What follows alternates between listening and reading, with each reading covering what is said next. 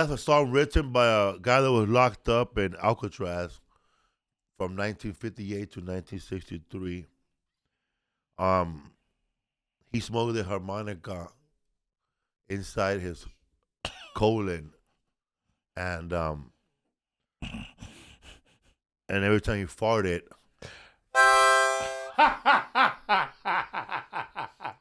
so yes, that's how we're starting. he would eat a can of beans every night. That's how we're starting this. He would eat like a can of beans every night with a cracker and cheese and.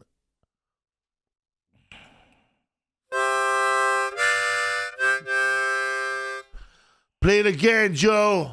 Hold on, let me open another can of beans.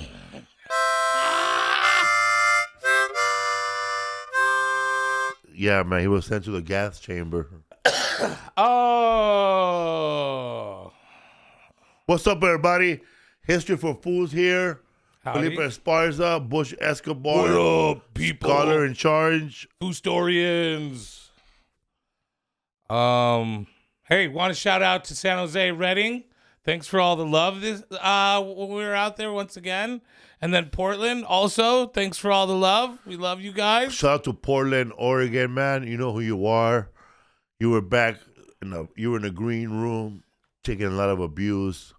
Oh man, I don't understand why people want to hang out in the green room. There's nothing special about the green room. All you're gonna see is a bunch of guys staring at you and then breaking down your comedy and making fun of you for like an hour. Oh my God. Like, what do you want to tell us your jokes? Bro. We just did an hour of good jokes. You think we want to hear one bad joke? 10 minutes of good joke, another 10 minutes of good joke, 15 minutes of good joke, a whole hour of good jokes. Here comes some bullshit with one joke.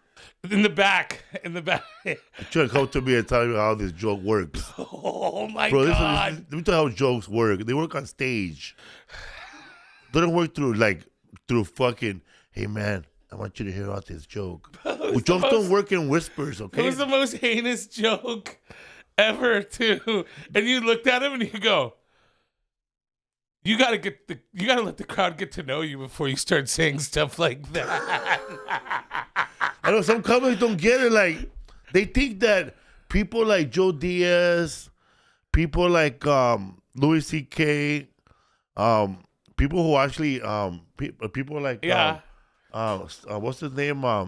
Dave Chappelle, Jeselnik too. Jeselnik. They think they just started doing comedy like that overnight. Well, because I think people think They don't understand that they gotta build an audience, the audience that loves them and understands them, and they don't just get to the bad joke right away. I think people think it's just talking. I think they're like, oh, I don't need to use an instrument. I don't know. Bro, enough about concrete.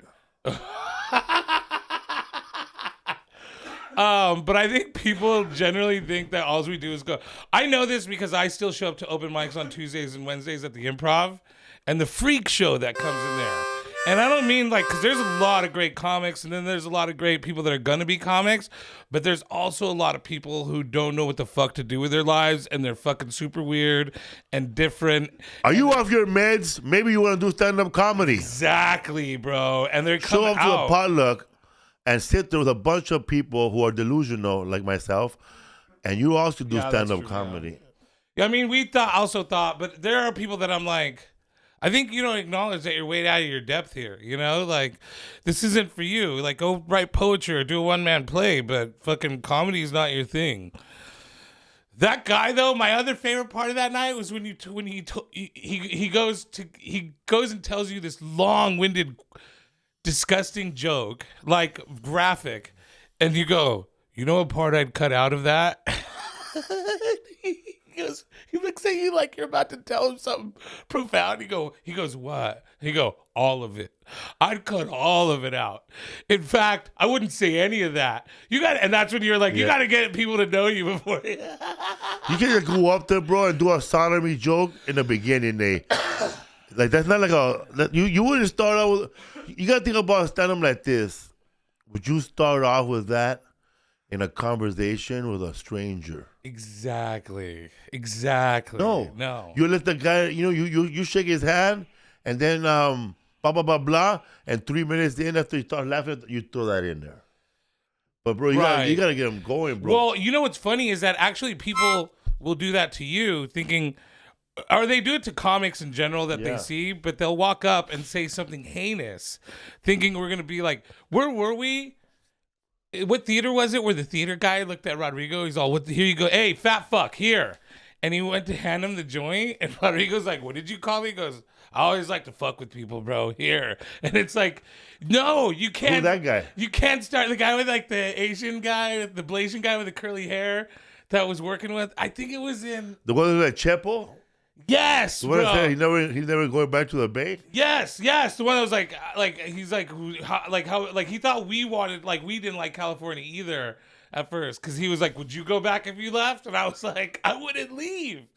That guy, yeah. Because there's a lot of shittier places in California to live in before you go to another state. Right. You've always said this, and I repeat it when people ask me, how come you haven't left California? Because of the prices. And I'm like, if it gets that bad, I'll go to fucking Bakersfield or Oildale. Like, bro. I'll be like, I'll go live in Mono Lake, bro. Right. I'll be over there like Stallone and King of Tulsa. Totally. Yeah, exactly. Bro, I'll live over there, bro, in where the Salton Sea, dog. And no offense to other BX. Oh, I wear a hazmat suit every day. Salton Sea is like the Beirut of California. And no offense to people who live outside What of are houses California. cost in Salton Sea? I know sometimes people think that we're fucking, like, Californians are up, and whatever. We love our state. I love my state. I'm from here. And I think that's the thing, is if you're from a different place, it becomes your home. But for me, I'm never fucking leaving this place, bro. Like, I think there's two things in this world that you pay for what you get, and that's bread and real estate. And you pay a lot to live in California. You pay for none of those things. Well, I don't pay for bread because of you. And you pay no real estate. Yeah. Oh, yeah, that's true. So California is perfect for you. Well, I mean, I pay high rent. I pay like a lot of money to live in a bedroom the size of this, smaller than the size of this studio. So you understand that people hate on California because they're too scared. It's like when people hate on California, it's like when a person hates on a whole gang, right, without touching the one individual they really hate. Right. Like, you don't really hate California, bro. You hate Hollywood. Yeah. Just say I hate Hollywood. Yeah. Or you hate the, you hate Los Angeles. Just say I hate Los Angeles. Fine. I hate Los Angeles. I hate Hollywood. Good. The rest of California does too. And we're okay with that. Yeah. We hate Silicon Valley too. We do hate Silicon Valley. But and I'm from that area. And San Francisco, they're very expensive. Yeah.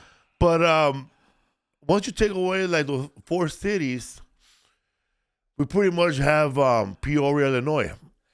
You know what? And that's the truth, dude. If you've ever been to places like Redding, fucking Sacramento looks like the middle of the country. Sacramento and Oakland actually both look like Midwestern, like, capital state. Redding looks like Florida with good-ass legal weed. And nice trees. Beautiful trees. But also marijuana legal in California. Yeah, totally. Which makes Redding better than any city in Florida. Exactly. That's the thing, is like, I don't get, like, I mean, even Hank Williams Jr. in A Country Boy Can't Survive, like, says Northern California. And if you've ever been to Northern California and you go, oh, California's all sunshine and fucking stars and full of, like, all these liberal people, go to fucking Northern California. Go to Arnold. Go to fucking Redding. Go to fucking parts of Sacramento. Would you go there right now? No, I'm good, dude. I got to stay here. I got to do the podcast, bro. Mono Lake. Mono Lake. There's nothing over there. Mono Lake's gross. Population 2,000, bro. I'll go over there, bro. Clear Lake 2 is also. I'll go over there, bro. I'll price out half the city, bro. Yeah. So you don't want me to go to your city, bro. Look at that. Like, see that? You go, oh, wow, I'd love to live there. But, like, it's like the same as Clear Lake, dude. Clear Lake's a beautiful area, but the towns around it are like. You move to Mono Lake and you pee on that lake, you're getting back at everybody in that lake because they're going to drink that water. So we did the history of water. They suck out the Mono Lake. LA, we do. I live here now.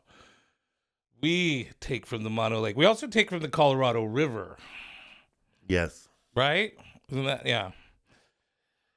Yeah, dude. But that's the thing is that I'm not ever inclined to leave. That guy was like, "How badly do you want to leave California?" I'm like, People "Nah, say, "Oh, you live not in at all." California?" Yeah, bro. We're like three.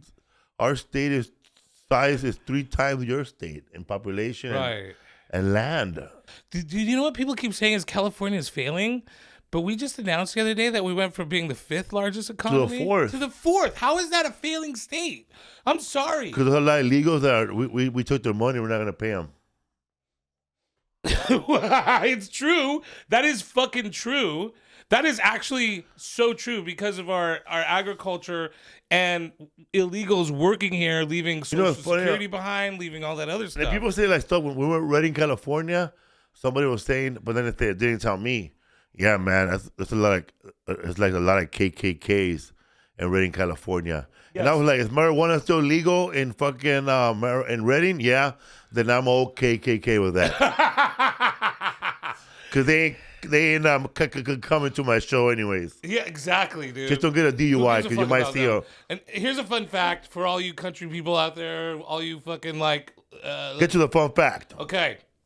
California has the most militias out of any other state in the country. The most militias, anti-government militias, than in any other state in the country. So we have more rednecks than anybody else. I know, man. Resistant militia. Is diversified industry? We also have a lot of devil worshippers. Yeah, there is that. Lancaster was like to be the capital of this area. Really? Of devil worshippers. Really? No shit. Yeah, man. I mean, we have a lot of cults. And I think we kind of covered that a little bit when we did the Water Wars, when we talked about what's her name, because she started evangelism, but evangelism is kind of like cultism, and so there, and that's the thing is, I could see Los Angeles. In fact, I actually would, if you told me Los Angeles was the cult capital of the world, I would believe it, because it's just weird like that. There's a lot of weird tribes of people here. Like I've never seen anything like it. You see that Donald Trump, they're letting a lot of whitebacks into America. Yes. Well, I don't know of a lot, but he's letting.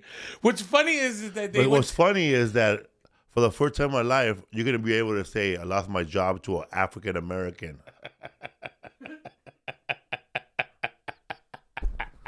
Fucking African Americans are taking all our jobs. African American. I didn't know they were getting beat up, bro. Because there's a lot of refugees out there. Are they getting beat up? Is that what's happening? Are they getting picked up? My thing is this. They're getting ready for 2028, bro. They need white votes. Dude, they went out and they were like, we need to find all the white people who want to be refugees. And in all of the world, they could find 49 white people that wanted to come to America.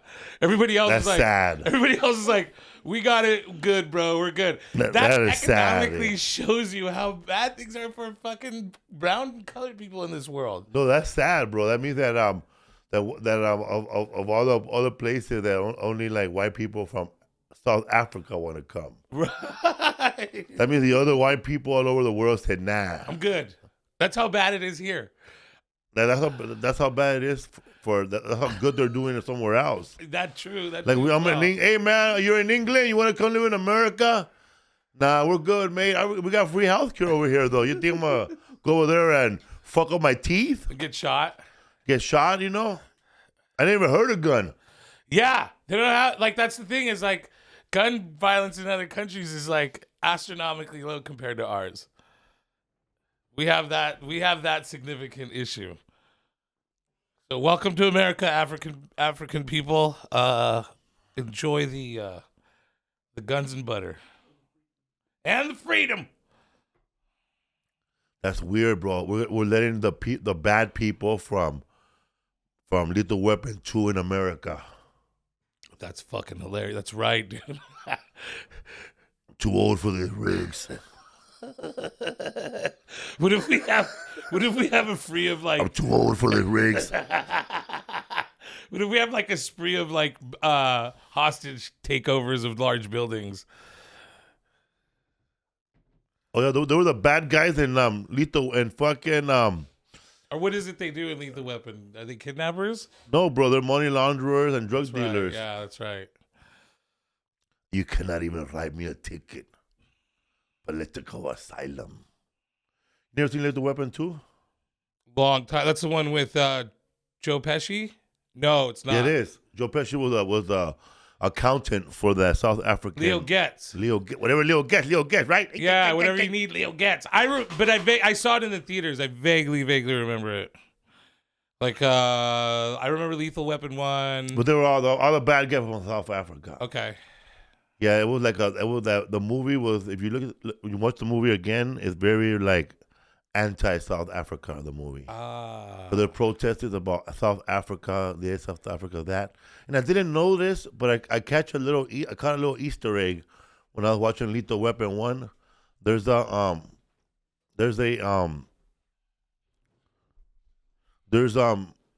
end apartheid poster on Danny Glover's refrigerator in Lethal Weapon 1. Oh, really? So there was like political overtones, like are political Easter eggs in the movie as well. Well, I don't know political Easter eggs, but I just noticed that they had the end apartheid in the refrigerator, and then later on, when they're like in their boats in Lethal Weapon 1, they're hanging out in their boats, and then later on in Lethal Weapon 3, he has a bunch of illegal Asians, Chinese inside that boat. Okay. And then, of course, apartheid. What's up, man? Alcatraz. Oh, a lot of stuff about Alcatraz out there. They're trying to bring in a prison in there. But that thing lasted about a week. Now it's over. Oh, you're talking about the president trying to bring in a new prison to Alcatraz? Yes. Yeah. We talked about, but let's talk about how much it would cost and how much cheaper it is to keep sending motherfuckers where they're going right now. Insanely cheaper. Like, even if we were to, like, let's say magically have enough money and not cost us a lot to rebuild on that island, it would still be too expensive, largely. Like, even if we were to build a similar prison on another part of the country and make it a super max, which is this one's supposed to be, it would still be insanely cheaper. The original cost of federal penitentiary, including the cell house, was $250,000, which equates to approximately $7.8 million today, just to build it. That's just to build it. Also, there's no way you could get plumbing on that island. So there's no. It's called the Rock for a reason, because it is exactly that. It's a rock, so there's no vegetation on there, and you wouldn't be able to grow mass crops. You wouldn't be able to get food. So everything would have to be trucked out to the fucking island, including water. And that was the problem that they had in the beginning. And this prison was like our version of Sakkot now. Like, I almost now, after reading about this book, or reading this book that I read and reading all these things about Alcatraz, that Bukele read that stuff and made a modern day Alcatraz out of Sakkot, because the exact way that they bring them in, everything. But there was another before the Rock. There was another prison, bro. That they send they were sending French prisoners to, and it was called Devil's Island, and there's a movie about called Papillon. America just decided to copy them, like hardcore criminals, bro. Out of that prison, you never came back. You were not sent back to France ever again. Yeah, that was it. You just live in that town, Guyana, as a prisoner, bro. Oh, is that what Guyana is? It was a prison before, huh? Yeah. Is it Guyana where the slaves, when black people left the United States, they went to start another country there? Is that it? No, they started another country in Liberia. Liberia. Never mind then. Wrong. Liberia means freedom. Okay. Spanish. But so Guyana, it was a former prison that is now a country, I think. Yeah, it was a French Guyana. French Guyana. And they will send French people there from all over, bro. Just like Australia, bro. Australia started off as a prison too, and they were all convicts. Well, so did America, right? America didn't send convicts to America. That's where we got like indentured servants. Was like they would like a lot of those people were like prisoners from England that were like that they didn't want to like keep there, so they'd send them here. I mean, we weren't exactly like they were like not really like they were not criminals like I murdered people, I robbed people. They were just people who like they owe $60, bro. They're never gonna pay, right. so now they're gonna work it off. Yeah, I mean, But there's absolutely a they were difference. they just owed money, but they were not put in there as prisoners because they were captured in an island full of white people, and they were gathered up and say, "Hey man, we're gonna be slaves." Just people who just didn't pay their debts or they lost their homes and they got to sell off something. So they say, you know what, that guy owes you 300. Take Okay. him with him to America. Let him work off the debt. I know nothing about Australia being other than that it used to be a prison. It used to be a prison for Do they have England. did they just drop them off on the island, or was there an actual? No, it was actually a prison just like Guyana. Okay. And when you in that prison, Devil's Island, after you serve your time, you just get released, and you work in there's a home where you're a gatherer. That's it. And then the village got built because people being released from the prison were like had nowhere to go. Obviously, they couldn't get a ride. They couldn't go home. back to England. Motherfuckers, dude. Couldn't go back to New Zealand. Couldn't go anywhere. Holy shit. So Alcatraz was like a copy of that, where we're gonna put somebody in the island too, eh? Right. But man, so that one of the first people they put in there was Al Capone, the Lindbergh the kidnapper. the kidnappers were put in there. I did not know that. Yeah, there's a movie with Christian Slater where he plays a lawyer for one of the Lindbergh guys, and he's locked up in Alcatraz, and he go visit him, and the guy that's in prison, I think it's Kevin. He's obsessed with the Brooklyn Dodgers. Oh, you're talking about Murder in the First. There it is, bro. This is not about this is about a Lindbergh.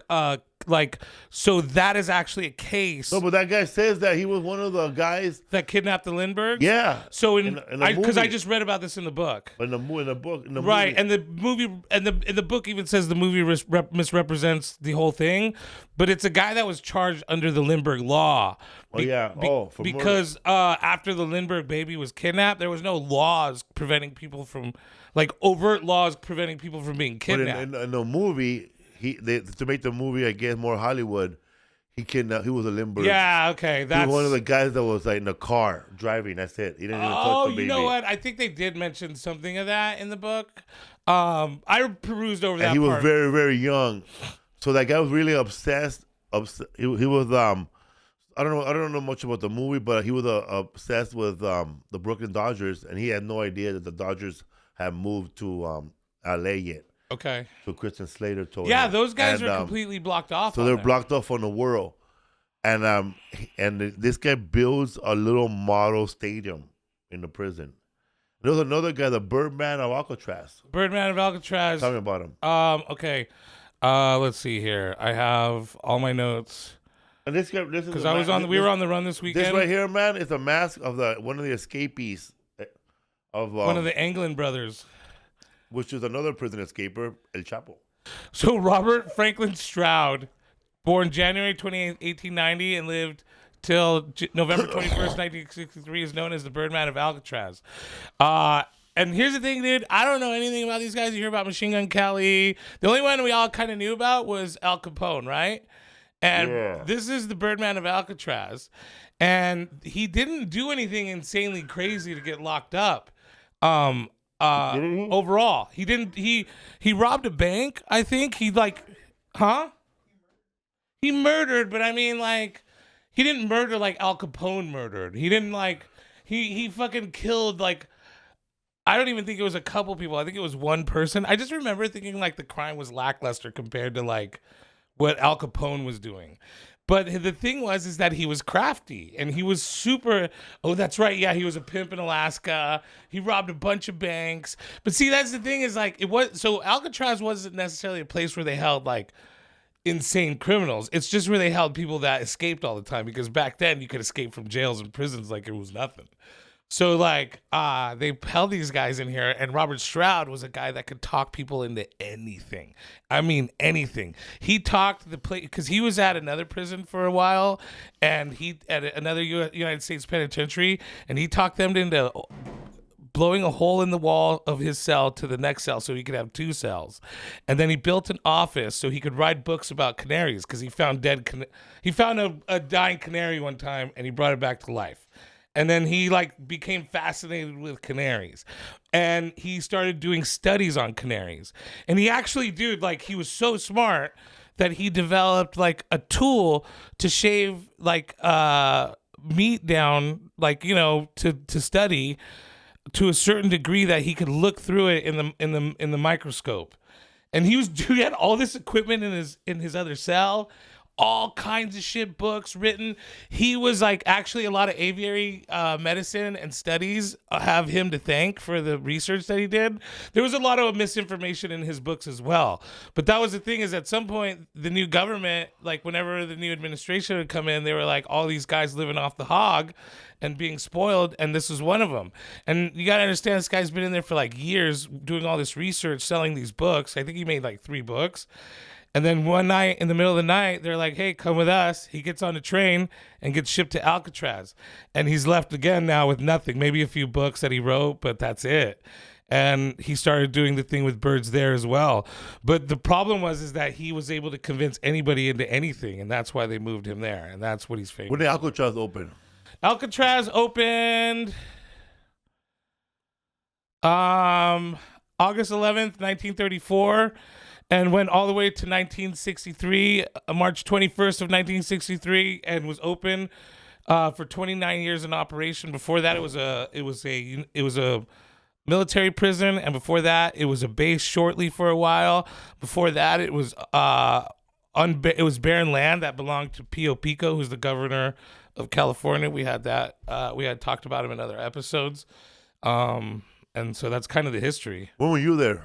I went there. Fuck, dude. What date was that? I actually did go spend the night on Alcatraz Island. I'm trying to remember. Well, we have a clip of you there. Show it. Oh, shit. Yeah. Okay. See, that's me on the left right there. And this is a video called Me Gusta by El Potro and Oscarcito. And this is like a music video for Venezuelan MTV. And to film it, we got to spend the whole night, like about 15 to 16 hours on Alcatraz Island. That lady right there, actually, Ray pointed out. Who did you say she was, Ray? She's a Chapo's white lady. She's the lady who interviewed Sean Penn for Chapo. Yes. I did not know that until we started watching this. But yeah, I got to spend the night there, and you get to walk around. You get to see the cell that the guys that escaped went through. You get to see the head that they still have the head laying in that cell. Yeah, the guards that were working at Alcatraz. Yeah, they spent well, of course, once their shift was over. They work 8 hours or 12 hours a day. I think they worked 10-hour shifts or something. And then they would go home, or would they sleep there? So some of them would go home on the mainland, but most of them had homes on the island. There was a whole residential side of the island that had like people that worked on the island as chefs or cooks or maintenance people, and then a lot of the top guards and some of the regular guards, and the warden lived on the island as well. And there was there was a school, like it was a kindergarten. All the kids had to go to school on the mainland. But there was a kindergarten on the island. There was a little store that they could shop at. There was a laundry unit, a post office on the island, and playground for kids. You think when the prison was open, there was a constant little shuttle that would actually go back and forth every day? Or just how many you think? Because they would bring in new. They must have bring in new prisoners every week, right? I can't do it every day; it's too expensive, right? They would, yeah, and in fact, the prison had a low population. Yeah, 600. At max population, no, at most is 372. We spoke to an inmate that used to be there, Robert Witherman, right here. Oh wow, okay, let's see this. We're here in Reddings, California, with one of the last convicts that was in Alcatraz prison. So when did you got released? I was released in 1963, right before they killed JFK. Oh, really? Mm-hmm. So you think that, how many people did it hold when you were there? About 240, and no chicks either. Wham. So you think it's a good idea to open it up? Would you go in there and check it out? I'd turn it into a casino, get some chicks over there, have some fun. Wow, Robert, good idea, man. I think that'd be a great idea. That'd be an awesome idea to have a casino there.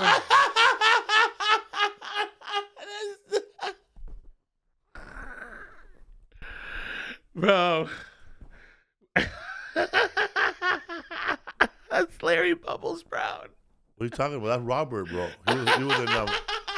He was in prison in Alcatraz.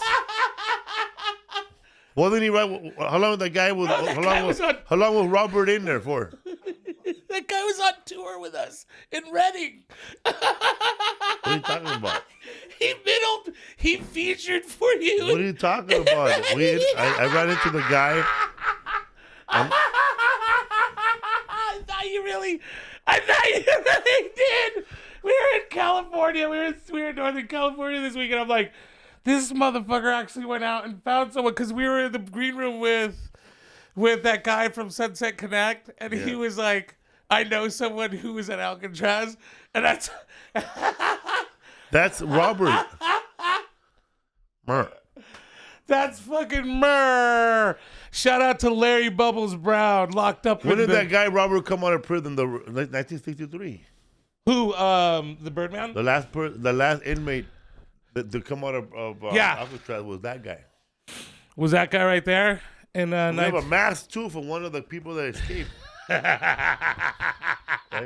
Listen, I'm going to tell you right now, if you're relying on this podcast for any type of homework, switch the channel, man.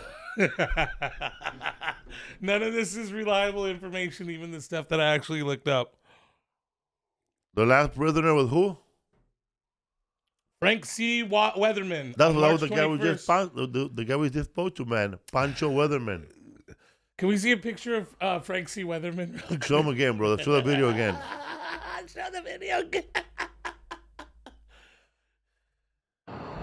We're here in Redding, California, with one of the last convicts that was in Alcatraz prison. So when did you got released? I was released in 1963, right before they killed JFK. Oh, really? He does look like. So you think that how many people did it hold when you were there? About 240. No chicks. Larry Bubbles Brown looks like he does.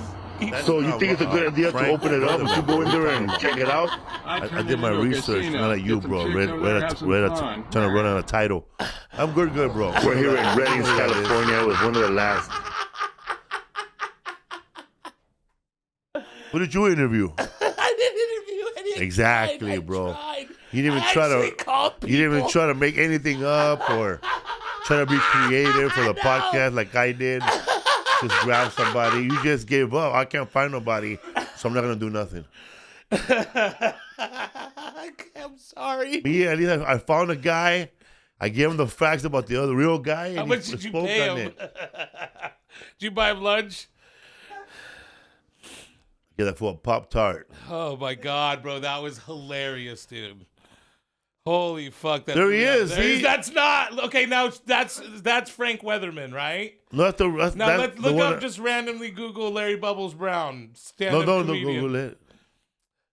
He doesn't even got an Instagram or a Snapchat. I swear to God, I seen Frank C. Weatherman, Larry Bubbles Brown. I swear to God, I saw Frank C. Weatherman on David Letterman in the 80s. Have me my phone, please. I'll send you a picture of the guy a video of the guy we just showed you when he first went inside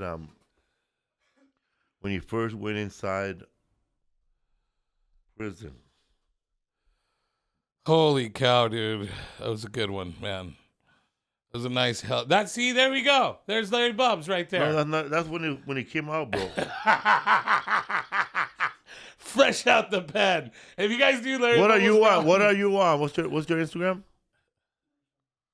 Morning Shot Films.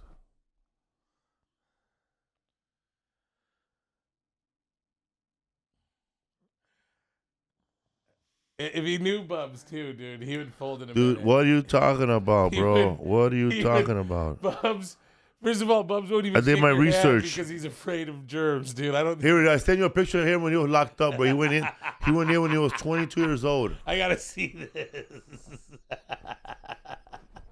I got his prison mugshot, bro. When they caught him sneaking into a ladies variety show.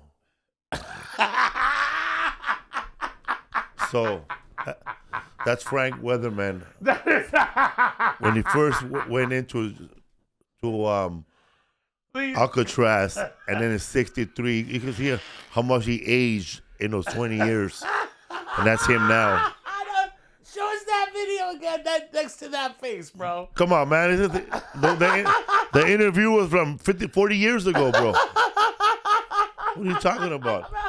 Bro, I did my research. I did my research. What are you talking about? Come on, man. Look up Larry Bubbles. Same mouth. guy. Please clip all of Anyway, this. bro, talk more. But let's go back to the subject, bro. Forget about who's who or what's what. Okay. All right. Let's stick to the facts. Oh God, dude, that was. Thank you for that today. There's actually a Latino guy that works with somebody your dad that was locked up in Alcatraz. Was there? They showed her the picture. Oh, one of the guys that we met from Sunset Connection. Yeah, Ali. Which was Ali. He showed us a picture of a real old cholo, and that cholo was locked up in San Quentin. Oh, that's right. And he came out in '63, and after that, he was transferred to Folsom and then San Quentin. Yeah, he did say that. Ali's an interesting guy outside of his company. What else do you know about Alcatraz? Okay. So there's like a lot of significant moments, and I know people are going to be like screaming at their screen right now about certain things, and I can't name all of them. Let's go with the top three, and that's because there was 14 escapes. I think 14 overall escapes from Alcatraz. But there's the one with the Anglin brothers, and the one guy that you see with the movie Clint Eastwood. There's also the Battle for Alcatraz, which was the largest escape attempt, which included 2 deaths of officers and 2 inmates dying as well. Several people injured in that one, where guns were wrestled away. And then there's the one that I think most people seem to be interested about, is the takeover of Alcatraz in 1969, which is the Native American takeover. When did they take it over? The natives? Is that their land? No, and it is their land if you want to go by the United States' treaties. Let me see. In 1969, a group of Native Americans calling themselves Indians of all tribes occupied Alcatraz Island, which had been federal prison and then surplus government property. Yeah, because 19-month occupation was a protest Treaty of against Laramie. the history of discrimination and treaty violations against the Native Americans, aiming to reclaim land and raise awareness about the plight of America. I wonder how they got there. Okay, I know all this. I How know they get there? we don't have to Google this because I Okay. did the research, my friend. That's Okay, why but I I'm read asking- so let that's why I me- read these books for so long. Then why do you keep talking when I'm asking you? How did they get to the island? I gotta set it up. Okay, they got there by boats. Is that what you Alright, wanted? yeah. They got there by boats. They got on boats. Who gave them the and boats? They acquired, like, they were Americans who And were what kind of guns hardworking. did they have? They didn't have any guns. So no AK-47? There was no AK-47. The reason I'm saying that because I have a friend who's Native American, Pima Papago, and they're not Pima Papago no more. They're called something else. He said that a while back there was this was 1987, 88, that there was a bunch of Native Americans fighting in Canada for some land back then, but he knew it because he was Native. Mm-hmm. And he said that the Russians and China were giving those Native Americans Czechoslovakian and Chinese AK-47s. Perhaps. I don't think this group was that. This was a group of But peaceful, this is a different one. This is a group of peaceful kids. No, that's talking about this is a different one. This is the one that happened my friend was telling me. Yeah. No, okay. All right. So there were no. So tell us everything you know about that. Well, there actually was 3 to 4 other attempts at occupying it by Native American groups before that. And there was a treaty written called the Laramie Treaty that said that any defunct or surplus land by the military went back to the Native Americans that owned that area. Ooh, okay. And so they were using that treaty, that law, to say, hey, this is surplus land, because it wasn't a park after it closed down for the longest time. It was just like left there to rot, and there was some guy maintaining it. And then there was a few attempts, and then there was one big push by this group to get on the island, and they took advantage of the fact that we were in the middle of a huge civil rights thing going on in the country. And Nixon also, with his bad behavior about to come up, didn't want to do anything, violently. And these kids kind of it was like a bunch of college kids. There was a girl from Berkeley who initiated the actual Native American studies at Berkeley. But before this, there was no Native American studies. So she's like, I want to start a school. Let's take this land. They wanted to start a school, a kitchen, childcare, a place for natives to live and call it their own land. And they did that for quite some time, like almost a year, I think it was 19 months that they kept, so over a year that they kept occupation of this land. How many natives were there? It got up to about 400. They all showed up in the middle of the night on boats? A bunch of, I think it was 50 generally showed up in the middle of the night with boats, and then slowly more Native Americans started showing up. And Yeah, they have no guns? No guns, no weapons. It was a peaceful takeover, and actually it was a peaceful take back. Very peaceful. It was actually, and the thing is that the impact itself at the moment was kind of lackluster. Like when you look back on it, you're like, it was kind of like 1924, how it was like, It got a lot of attention, but then it also started getting like nobody started caring after a while. And then when they left, it wasn't like, it was a big deal for a hot minute and then it went away. But what it did do was the resounding effect was that we started learning about Native Americans and what we did to them. Like before that, there was no education in schools about it. Like we really didn't care. Like some of us knew. There was all these rumors. There was cowboys and Indians on TV. This moment I know, man. You watch those cowboy Indians as a kid, all you see is Indians messing up picnics. In a very bad way. But yeah, and that was what it was. But it was, the effect of it lasted a lot longer. The markings of them taking over the place is still there. And the only reason why they got removed is the exact way that the CIA and the American government does everything. They starved them out, they cut off their water supply, and they waited till they decided to not. The guy who led the movement, also, his daughter fell out of a third-story building on the island and died. And so it kind of, and he was the leader and kind of the breath of everything. And it took him out of play, and that's when the movement started to kind of fall apart. So it took 19 months to shut off the water? Yeah. I mean, they let them on there for a long time, just kind of doing their thing. Because the thing was, bro, was like, because they were like, well, how long can they sustain? And the news reporter were there. The government couldn't even fucking sustain a prison on there. How long are these guys going to sustain? Because there's no way, again, here's the overall problem, and it goes all the way to what Donald Trump is trying to do now. You cannot get water on that island. It's a rock. There's no fucking water table underneath it.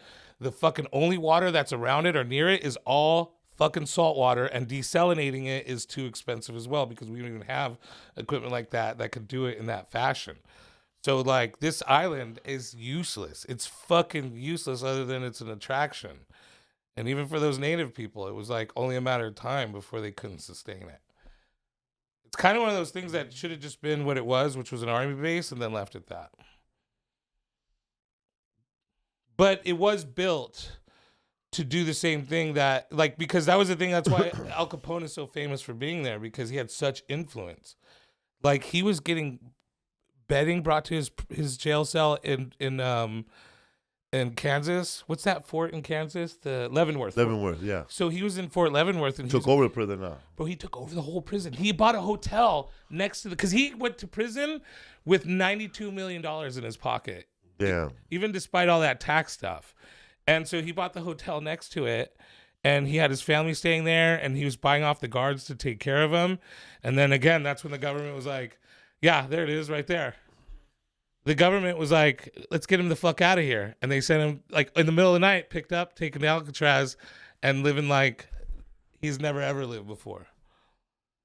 That was the thing about Alcatraz. It was, like, very rigid, man. They didn't own fucking nothing, dog. They didn't own anything. Like, when the Birdman died, he had 2 little rags that were his and $6.50 from all the work that he did in Alcatraz. That was, like, all that was left in his name. But when Al Capone was released, he had millions of dollars, but he went crazy from the syphilis, the undetected syphilis in his body.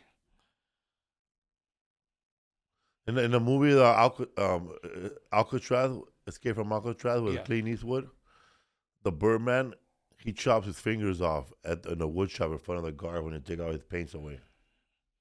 Really? Yeah. I didn't see the movie. Yeah. In the movie, they take away his paintbrushes, and he chops his fingers off in front of one of the guards. Holy fuck, protest. dude!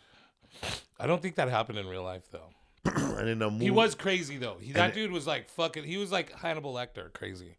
And in the movie, when they're getting together to escape, they dug a hole, bro, through the thing, and they squeezed out. Yeah. They used sharpened spoons to dig it out. If you go to the prison now, that is still there just like that, and you can see the hole. And then when you walk around the cell block, they have like a window through the wall so you can see how they escaped and went up the wall and climbed out the roof. It's hard to imagine somebody escaping without having outside help, and it seems like there was no way to communicate. There were no visitors, right? No visitors were allowed. Letters? No, nothing. Like so no letters. No, fuck no, nothing.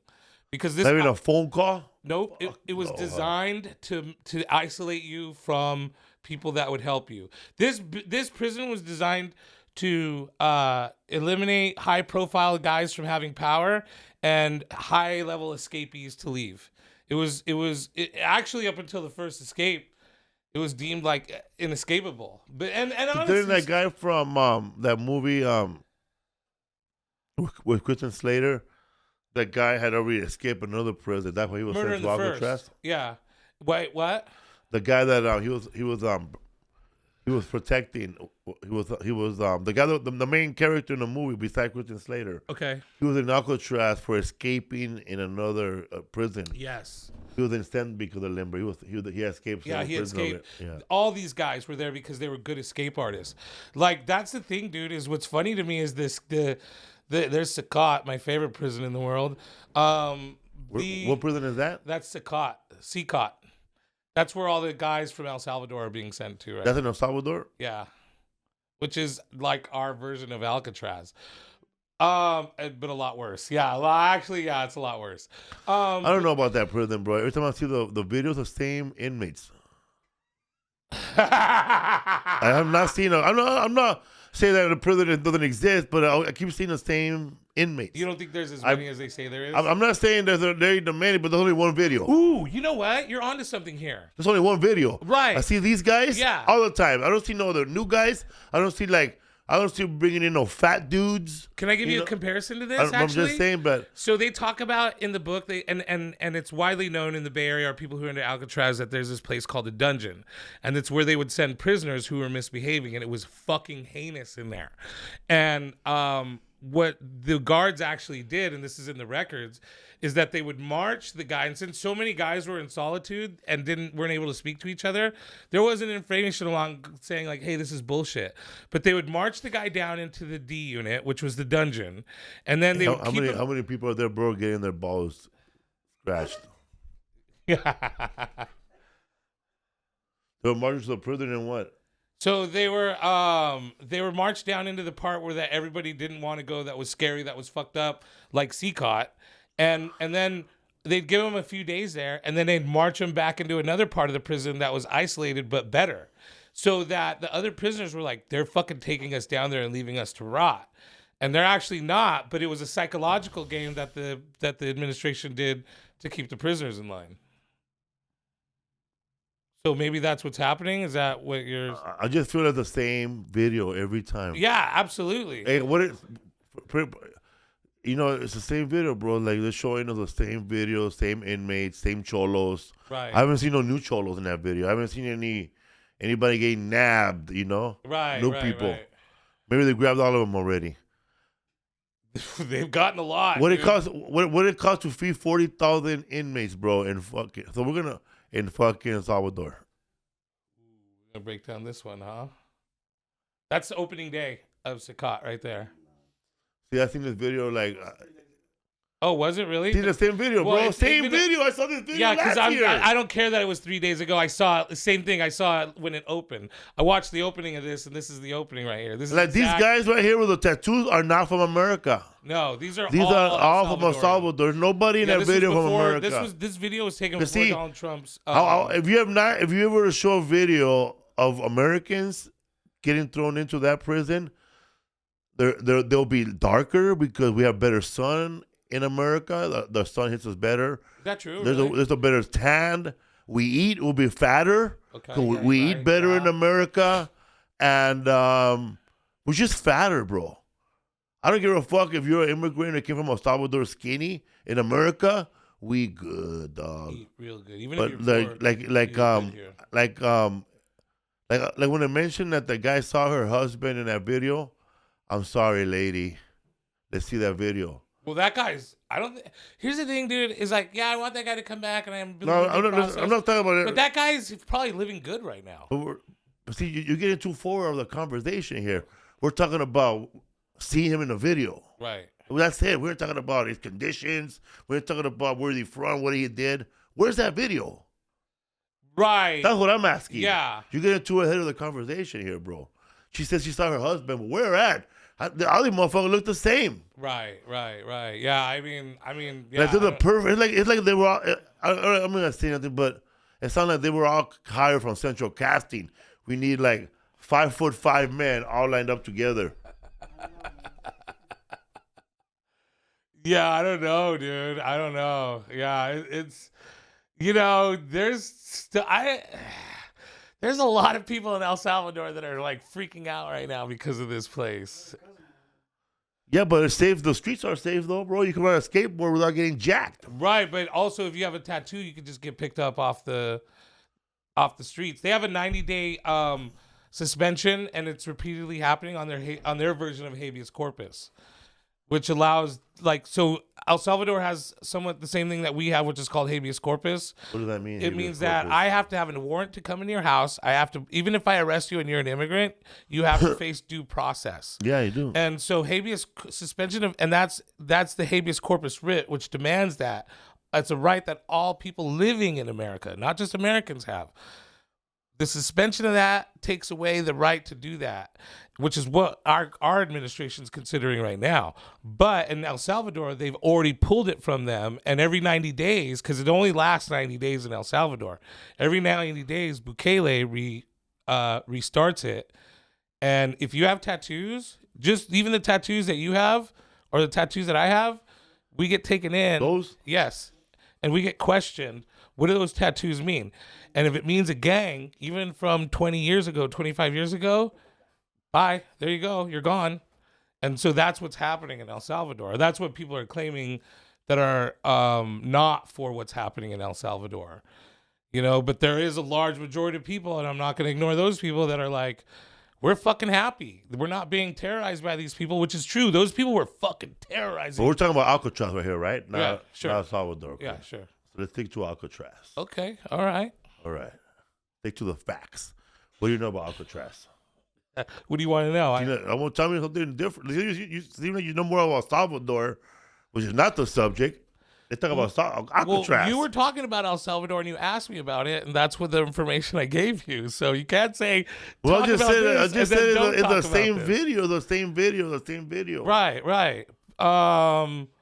What do you want? I mean, okay, so you want statistics? You want to know about a certain guy? You want to know about Machine I want to know if Gun women Kelly? were in Alcatraz. Wait, what? There were women locked up. No women in Alcatraz. It was just pure men. So most of the people that were like locked up in, just say like if we were to put people in there, right? Right. It would have to be kidnappers, right? It would be kidnappers and murderers. People. With, if we were to put them on there now, because we don't have a lot of escape attempts now, given the technology that we have for prisons now, and I think it would be mostly high-profile guys that have a lot of power. So like all those guys that are running like prison gangs in California, like La M or Nuestra Familia or Northern Structure, all those captains, Land Kings, anybody, any of those guys would be put there because each cell is solitude. It's not, you're not with anybody else. You're by yourself. Let's a secure housing unit. The SHU. Yeah, pretty much. And the only time you get to see someone, if you're a good inmate, is during rec time. But if you are not a good prisoner, you still get rec time, but you get it by yourself. Man, I seen in a movie where they fools get rec times in chains because they're still crazy, bro. Right. Yeah. That they want to go fight right away. Yes. There was guys in there like that would like. There was a guy in there that just wanted to kill cops, and they locked him up in there. And during the Battle of Alcatraz, do you want to know about the Battle of Alcatraz? Which is really, really interesting. The Battle of Alcatraz. It was a planned escape by like 7 dudes. And there was one guy who was like the leader, and it's this guy named Coy. And Coy. So there's a track that goes over the whole prison that was called the gallery, and that's where the guns were. And they would walk to look down, and you could see down all the avenues and everything. This guy found a set of bars that were 5 inches apart, and he created a tool in the shop to stretch them to 10 inches apart. And then he covered himself in axle grease, and he slipped through, and he beat the fuck out of the first guy. He took his keys, got into the gun thing, gave all the guns to his buddies, and then they took that whole wing hostage. And at the time, the other COs didn't know that what was going on. So when they'd go to investigate why it was so quiet in there, these guys would get him, beat the fuck out of him, and put him in a cell. And then once it was noted that there was something going on, they had already like 10, 11 hostages, cops, in cells. And these 2 guys, Coy and his buddy, went over to the cops and just started shooting them in the cells. Damn. And and one guy he shot in the head. And miraculously, all those guys survived. Even the guy who was shot in the head. There were 2 cops later on because this gunfight went on to the point of like the warden had to call the Navy, had to call 2 U.S. Marine battalions from Treasure Island, the cops from Oakland, the cops from San Francisco, the cops from Alameda, and all these boats were surrounding. There was like battles and shit. 2 of the inmates were murdered and killed during the siege. And then 3 were caught, and then 2 of them were given the gas chamber. And the only one that was let go was because the bad guys gave him a gun and said, Look, "Go." Bubble Brown right there, the one on the right. Look at the guy we interviewed to the right. Yeah, that's him. Hey, a lot him. of the people that worked during the escape, I don't know. They're like, just because you gotta hold like the badge of honor or stay tight to your group. They all say they died. They all say it's impossible that there's no way that they could have done this without help from the outside, and there's no way to get help from the outside. There's no boats picking them up. There's nothing. Right? Yeah. Yeah, I agree. And the water, the current is real rough, right? Bro, the fucking... Nobody's trying to swim that shit. No, and there's even sharks. now, right? There's fucking sharks in that water. Like, there's mako sharks. There's a few great whites. There's all kinds of shit. The water's so cold. The water moves different ways. Fast, right? Fast. Like it'll suck you back into the island somehow, right? Well, it has, because it has a huge. Well, it won't suck you into the island. It'll take you out to the ocean. In that movie Papillon, yeah, when he finally escaped, that island was hard to escape either. Too, because the current comes in real, like right. In the daytime it's empty, right? So there's no current, right? But then it comes in. But you have to wait for the water to come in because then it splashes out. Exactly. So he would do it he would drop coconuts, then the coconuts would just bounce and hit the wall hard, dog. Or then he'll do it in the daytime with too much water. But he finally one day, bro, he did it, dog. So he was testing to see if his head would basically crash into the fucking. So that's the thing is, can you show a map of Alcatraz inside of San Francisco? Because if you look, the bay is created because of all the water that comes down from the mountains above Northern California. And all those waters come down through 2 or 3 channels into the Bay Area. Now, Alcatraz sits right in the middle of all the water that's leaving the Bay Area. And so when you look at it, you see all that water is going out towards the Golden Gate Bridge, and it's going around the Alcatraz area out. See, look. We're swooping. Yeah, so it's either going through, so it's coming down, and instead of going towards the Bay Bridge, it'll swoop to the Golden Gate because that's the larger alleyway for the water. And it's why those channels are huge for ships to come through. But it's because it's moving all that sediment underneath, but it's moving so fast and you can't see it. Looking at it, you go, how the fuck can that happen? But it's moving because it's water flowing from the mountains leaving into the bay. And these guys who are not aware of channels and currents are trying to swim that. And they're being pushed out. The only ones that people believe made it, because out of everything I read, were those two guys that were from the escape of Alcatraz, were the two brothers, and the one guy that escaped with them, because they actually made a boat out of raincoats, and they did make it all the way into the water, and they were aiming for Angel Island, and one of their IDs was found on Angel Island. So there's a belief that they made it and that they stole a car in Marin, took off, and they're living in. There's like supposedly. So that was the plan, was to make it to Angel Island, not Yeah. San Francisco. No, they wanted to go to Angel Island because if they showed up in San Francisco, they'd have been caught right away. Angel Island was like kind of an abandoned military like installation. There's Still like, around Yeah, totally. It's still there. as a military. You have to get permission to visit it because it's a preserve for wildlife. So that's crazy. I never thought about that. They went to that island first. Yeah. And then they went from there to Marin, supposedly. If they did survive, they Really? went to Marin. Yeah, look at this boat, dude. You're going to tell me? Because I'll say this, dude. You can Yeah, survive boat. the Let me see that boat. temperature. Put it back. Like, it's not far. It's a mile from That's the Alcatraz right there, huh? no. No, the island, that island back there. Oh, There's a little island over wait, there. back there. Behind it. See it? That shadow? Yeah. That could be. I don't know. Yeah. I mean, I don't know what it is from Angel Island. It's probably a little bit more than a mile, but it's a mile from Alcatraz to San Francisco. So like, and So Angel Island is closer. I think it's a little bit further, but it's not too much further. Can you look it up to see, or just look at the map? Escape from Alcatraz. I got it right here. How far is Angel Island from Alcatraz? This is 10 miles. Holy fuck. I never heard of Angel Island. That's a lot more than I thought. 10 miles. Holy fuck. Keep in mind that the ferry route between the two islands is not direct and involves a transfer. Okay.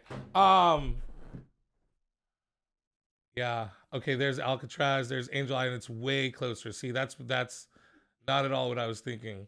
Holy fuck. And see, those are the currents right there, right? Is that the oh, those are the swims. Yeah, okay.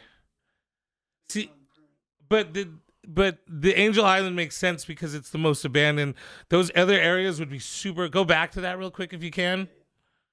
See beneath the bridge, those 2 points right there, impossible to get up, dude. Fucking impossible to get up. Possible.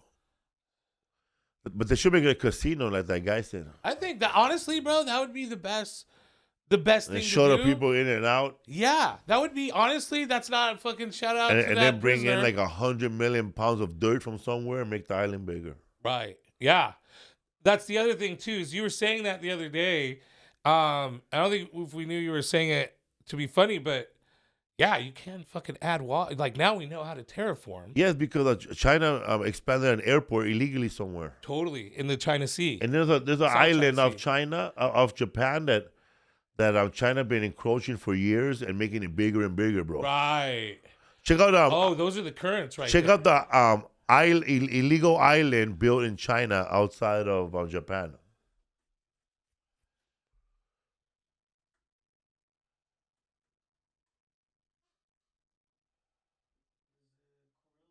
That's it right there, bro. But they're staying up sharp, bro. They just Fuck added yeah, dirt. they are, bro. Holy fuck. So you fucking you get Alcatraz, bro. We just add more dirt to it, bro. Add some casinos, little local 11, janitorial workers. Yeah. Yeah, I mean, Because I'm down with that. Alcatraz is the size of what? How many cruise ships? 30. no, Less? like maybe 3 or 4. So I mean, cruise ships are massive though. So that's you make not- out- you no, make- I think you're right. It's bigger. you make Alcatraz, bro, for big ballers. 22 acres. 22 acres? So maybe 20. I don't know how big is a ship. I would say a ship has got to be at least an acre. So then you might be able to fit 22 ships worth of casinos on No, there. a ship is Cruise the ships. size of a regular sized skyscraper, but with wheels. Yeah. And You got a mall in there. You got elevators. You got swimming pools, tennis I courts. wonder how money you could fit. Like, what would be? But that's the thing is that I mean, I agree with that, dude. Like, and also if it's native, if it actually does go back to Native people, you can have a Native American casino on there. Hey. Would you work it? Comedy shows? Hey, welcome to Alcatraz. Bro, I was begging Saul this weekend to fucking give me his connection to the fucking cruise ships. Now, You got 3 different 30 minutes? yeah, totally. You don't only do the same 15 every time I see you. I have to give you my best. So the rest is crap. You specifically. See, this is the thing is you give me lessons and then you shit on me later for following those lessons. Because one of the first things you ever told me was, bro, do the same 15 minutes all the time so it gets really good and that's your presentation. Yeah. And then also, whenever you're opening for someone, this is before you were a famous comedian, you were like, whenever you're opening for someone, don't do new material. Never. Do your best The shit. best. So that's what I'm giving you, my 15. But you could ask the folks in Sacramento. I have an hour every year. I don't know if it's funny, but That's funny, man. We used to work with a comedian, and every time he'll come back to us, he'll say, well, how was the show, bro? I got a new 45. no. And then somebody, he got mad at a young couple. Don't shoot nobody with it. Yeah. I've had the same, I'll admit, I've had the same hour for the last like 4 or 5 years. But that's fair. I had Yeah. the same hour for the rest of my life. But when I shot it, it was tough, bro, because I still want to do the same hour, bro. Right. How is it when you shoot a special and you got to start writing new material? Do you freak out over it? I freak out, bro. Okay. So, because I still remember the first show I did with new material. It was in Naples, Florida. When we went this last time. Yeah, when Lisa's family was there. Right. A while because back. You had just did Sacramento. And I had nothing, bro. You So did, I fucking murdered I the did the whole sh- fucking weekend. I did the jokes that I didn't do the last specials. Okay. So the nice 35. So I worked with that. It was great. It was great. Also, shout out to that one homeboy that came to our show in Redding, California, or San Jose. or where was that week before? Boise and Yakima. I think the guy was from Yakima, man, because he was a pot smoker. He said, that was cool, man. You were on We Don't Smoke the Same. Oh yeah, bro. Yeah, that's right. There, dude. Shout out. Those 2 brothers. Because I got that too. Yeah. They came up to me and they were like, bro, that was in Yakima. And they were Yeah, like, man. bro, we fucking found you on We Don't Smoke the Same. Yeah, man. I'm pretty sure if they would have do like a room that seats 200 live, they'll get at least 200 people to show up. I agree. I'm trying to get sell those tickets. Yeah. I'm trying to get, You know, Joe Diaz used to do live Church Was What's Happening. He would get like 100 people just to listen to the podcast. I don't know. What do you guys think? Should we do a live History for Fools? Hell no. Ain't no time for that. You could do it by yourself, bro. In a little corner, a little closet. You fit in 20 people, $30 each. 2 people show up. Hey, that's $60. Fuck it, dude. Yeah, man. So I'm pretty sure that guy would have watched that live show live. But yeah, man, they were all happy. How those 2 dudes. Yeah, they were ecstatic to Big Yakima fans, if you're listening. Yeah, Also, dude. man, shout out to the homeboy. He said that his favorite episode of History for Fools was the Water Wars. The Water Wars, yeah, dude. That's the thing, and I appreciate everybody who comes up to me, and I'm always going to ask you what your favorite is, you know, and it's nice to share. I have my favorites as What's well. your favorite? Dude, Water Wars is definitely one of them, but Serial Murders is my top by far. Yeah, One of the funnest things to I work like the on. story we did I like the Water Wars, but I like the story of the guy who started the films when he fucking brought in all the stuff. Yes. It's funny how they all worked out together at the right time, huh? Right. All that came together. That's, yeah. Okay, Mahalan is the guy that took that water in the middle of the night, huh? The middle of the night, bro. And then fucking my favorite part of that are the most fascinating, and I talk about this every time I drive into the valley, was that the San Fernando Valley was supposed to be a completely different city. And they were supposed to be the twin cities of the West Coast. And Los Angeles and the city of San Fernando. And then in the middle of the night, fucking Mulholland came and was like, hey, you guys want to use our water? Then you need to be part of us. And all these rich guys are like, you Got it, buddy. And then in the middle of the night, all these people from San Fernando became Los Angeles, and Los Angeles became the largest city in the fucking country, probably in the world at that time. They got him. Got him, bro. That's why San Fernando is dry as fuck. Is that your favorite? Was that your favorite episode? Was the Water Wars? That one and the one about history of comedy, of course. History of Chinese food. That one was so good, dude, because it was like, I liked that one because it was like, oh, it's not just about Chinese food. It's about the Opium Wars. It's about England. It's about America. It's about how we treat people. But it's funny, man, how everybody been treated bad, huh? Everybody. When we did the history of circus. That one was Motherfucker, oh but you gotta kill 10 elephants just to bring a baby elephant home. Bro, the treachery of history is fucking wild, man. I know, man. When I was reading a book about the circuses, there was a fucking circus that the whole fucking circus burned in a boat, bro. I read about that. It was like fucked the up. fans, everything, dude. But imagine, bro, hearing like animal. Okay, you know humans screaming, but you know, like it's bad when the animals are screaming. Right. Yeah.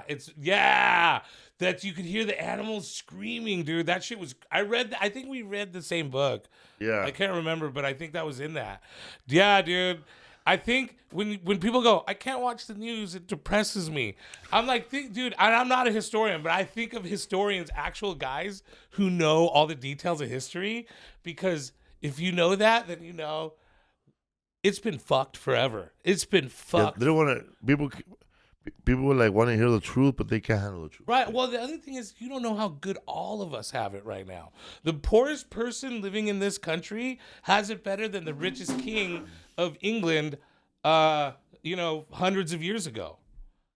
Fuck yeah, bro. And Look at Ron Ray's looking at me. And the poorest white dude in the world could be better than us. The poorest white dude in the world is just happy he ain't black, bro. He's thanking God. Like Chris Rock's joke. Yeah. He want to trade places with me. There's a waiter with a missing leg in here right now. And he don't want to be me. I love that joke, dude. That's what people don't understand about white privilege, is that it ain't about having money and being rich as a white guy.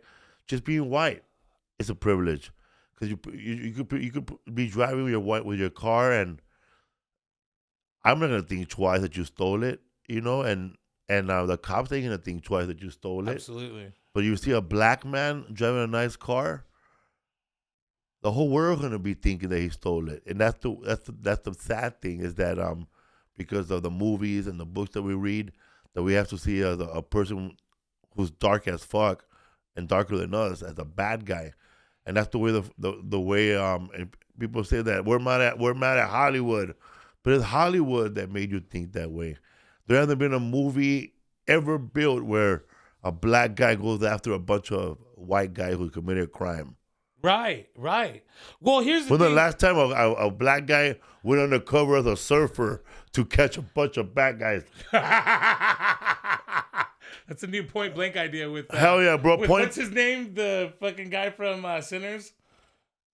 Yeah, Michael man. B. Jordan. So white privilege is just the fact that you're white, and the people are gonna give you the benefit of the doubt. Here's something that I've noticed: when I get pulled over with my lady who's white, I get treated by the cops so much fucking different than when I get pulled over by myself. Why are you getting so pulled much over different. though? Because I'm speeding, or I have. Don't speed. Well, I mean, Don't speed. You've never been pulled over? As an No, adult? never. Oh wow, dude. Never. And I've ridden dirty, had dog. that. I've ridden dirty. Yeah, I wish I didn't get pulled over. I wish I had that, bro. I don't have that. But don't speed, bro. I get pulled over sometimes just because of how I look. Just don't speed, bro. Don't go over railroad tracks. Or don't go over red. I seen you go a lot of red lights when we were together in the Berkeley. Just don't do those things. Don't ride on the wrong side of the road. Don't smoke weed in the car.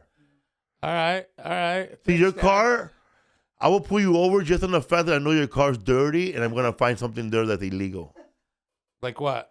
Whatever, a pipe. But that's not illegal. Cause see, I see a burger right there, wrapped up real neat. I'm gonna open it up. This is why you gotta watch where you let Felipe into your life, because he'll judge you immediately. Because if I'm a cop, as soon as he got in my car ball, this is gonna come up on the podcast. Yeah, bro. It all starts off, bro. I could just you can look at a person's car and know right away how dirty it is that they don't make their bed. Mm-hmm. That they leave wrappers of Doritos open randomly somewhere. Those are the things I did. I don't eat Doritos. Those are the things I did, you know? Right. Like me, when I had my car, it was dirty as fuck. Guess what? My feet were dirty too. My fucking house was dirty. I had my refrigerator was open. I didn't even close it. And everything was rotting in there. But once I started doing one thing, somebody told me, bro, make your bed.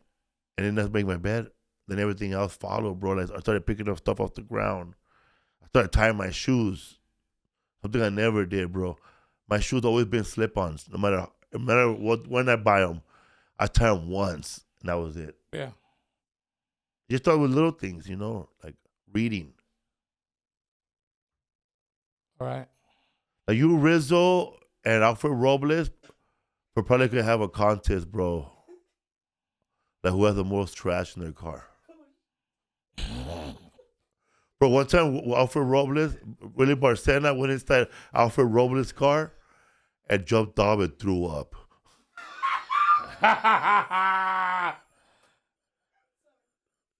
Hey, bro, one time I was in the car with my dirty ass car.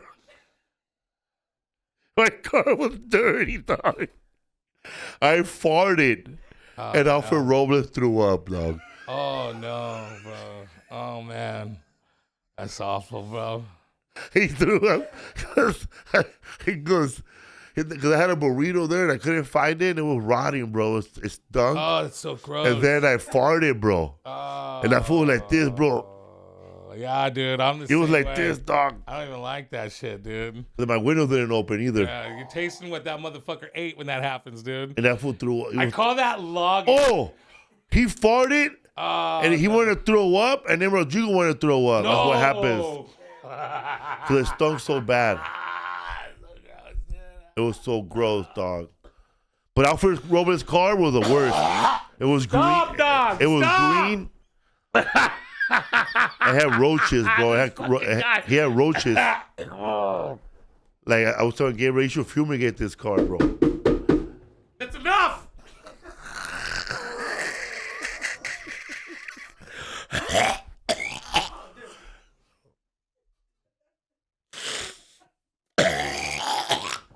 You knew what you were doing, you son of a bitch.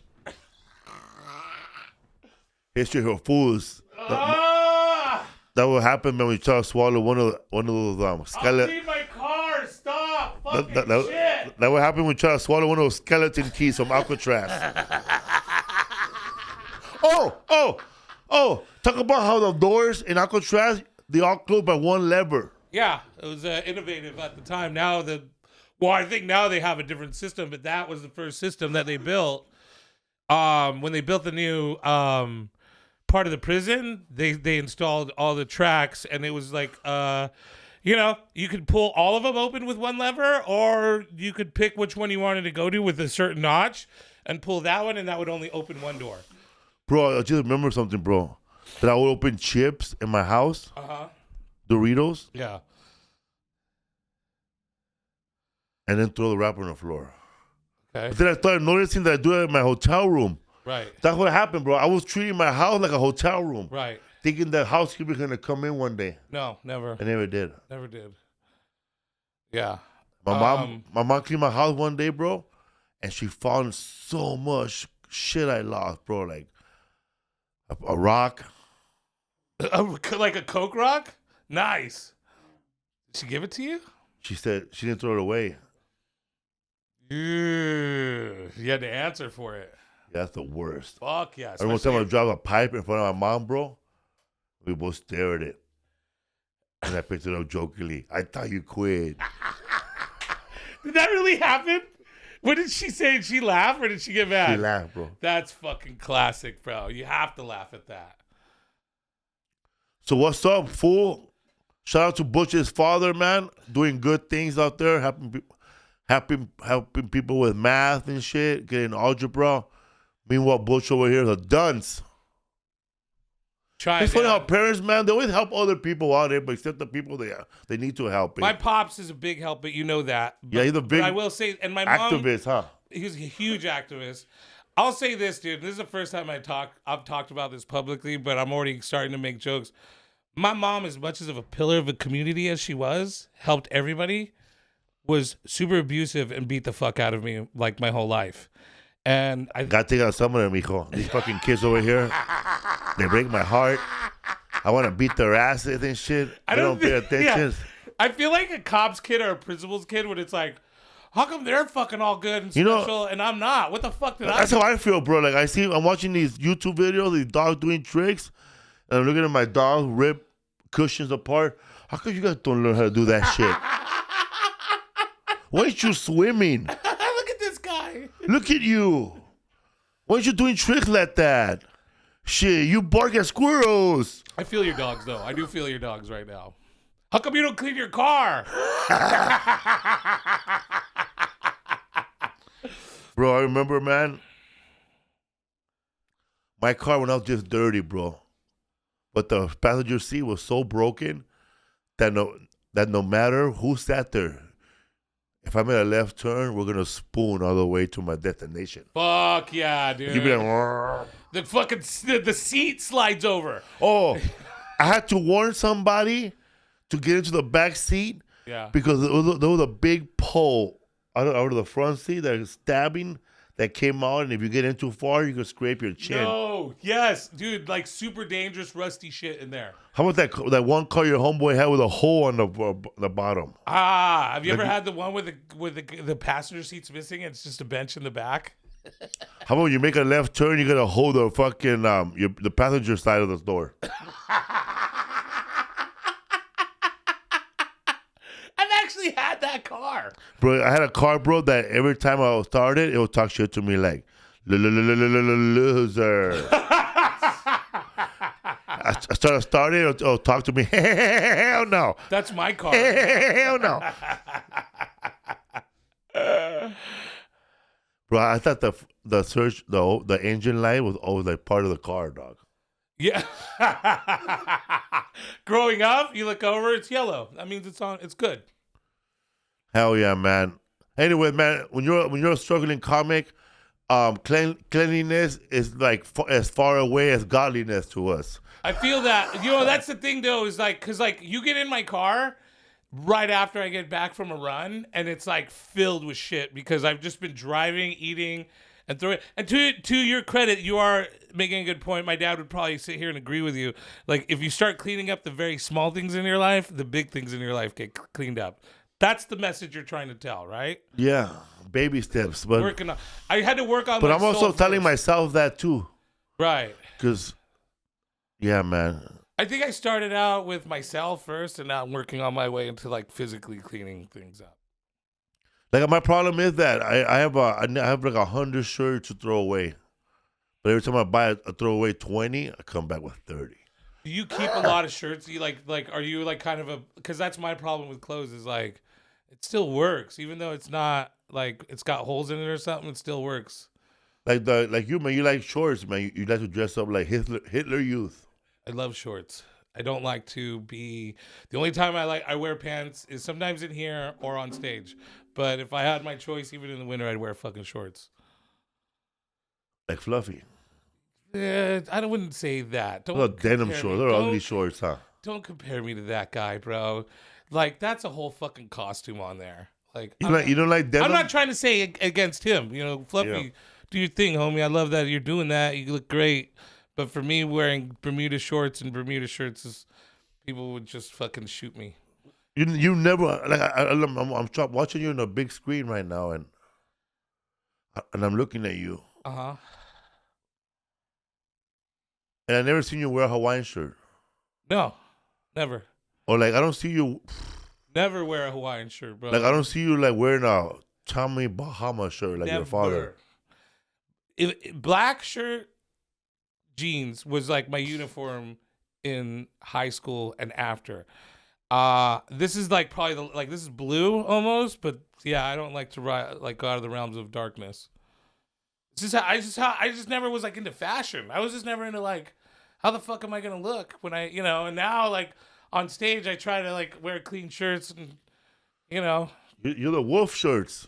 Yeah, I have the wolf shirts. This one's a little bit different, but I love shopping at fucking truck stops. So I know that sometimes I'll see in the comments people are like, "Where the fuck did you get that shirt?" Truck stops. If you just drive up and down the California Highway 98, fool. That's right. Any truck stop along any of the California highways has the best shirts ever. You know the best Two one for $20. The best ones I've seen were like the ones where the truck stops that have a shower have good T-shirts. Yes. Yeah. Yeah, they have clothes and shit, dude. I like truck stops. Also, man, support. Watch the road when you're out there with truck drivers, man. There's a lot of truck drivers delivering food, delivering products all over America. Yeah, dude. Those and, guys are the and a best. lot of them are trying to get home to their loved ones. So watch the road for them. Give them the right of way, man. Also, man, these guys, man, they got to suffer through fucking the most ugliest women all over America in these rest stops.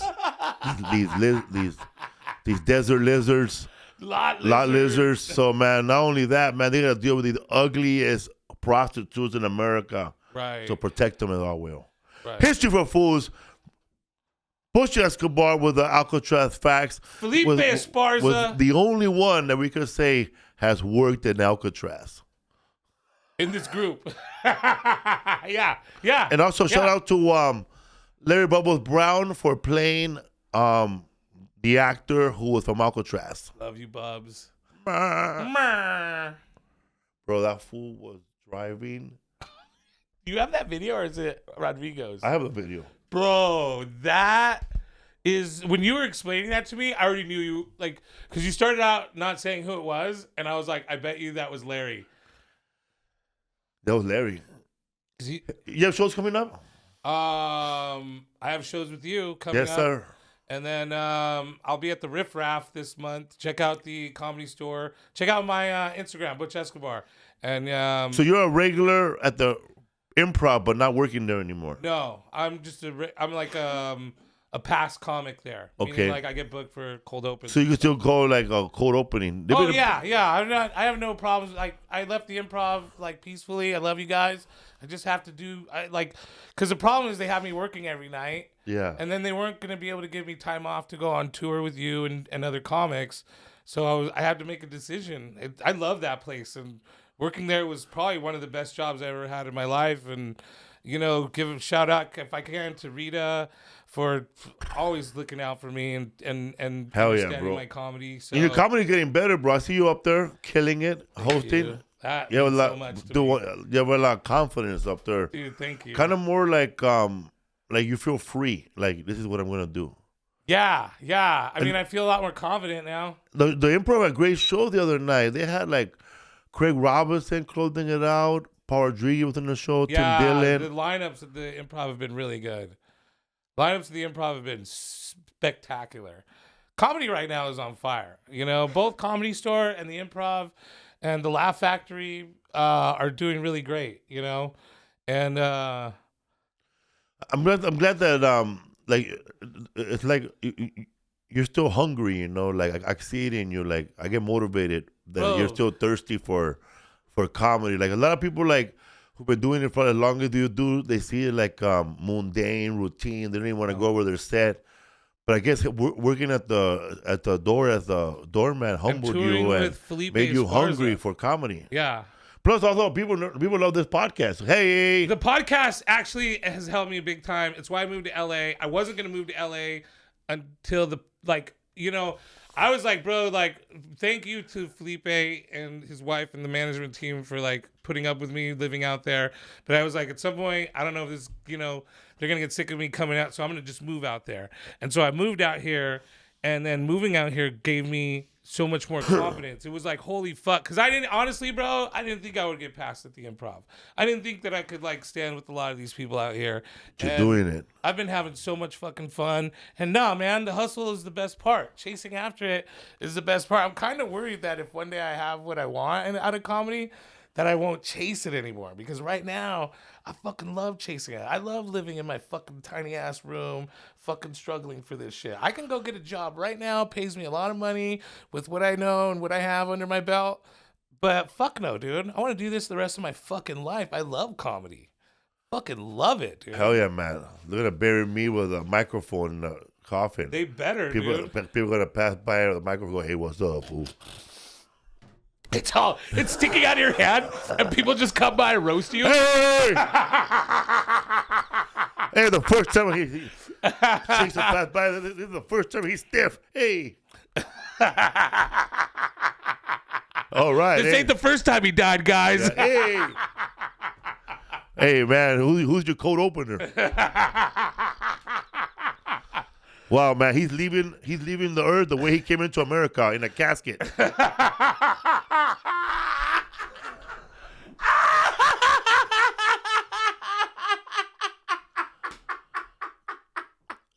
Anyways, Felipe wanted to be cremated, so we refried him. People are going to take his ashes and make horchata with it. Dark horchata. It's still a casket. I just imagine a baby Felipe being smuggled into America in a casket. And a little sardine package, eh? Oh, man, Felipe's so greedy, man. They could have buried more people inside his coffin.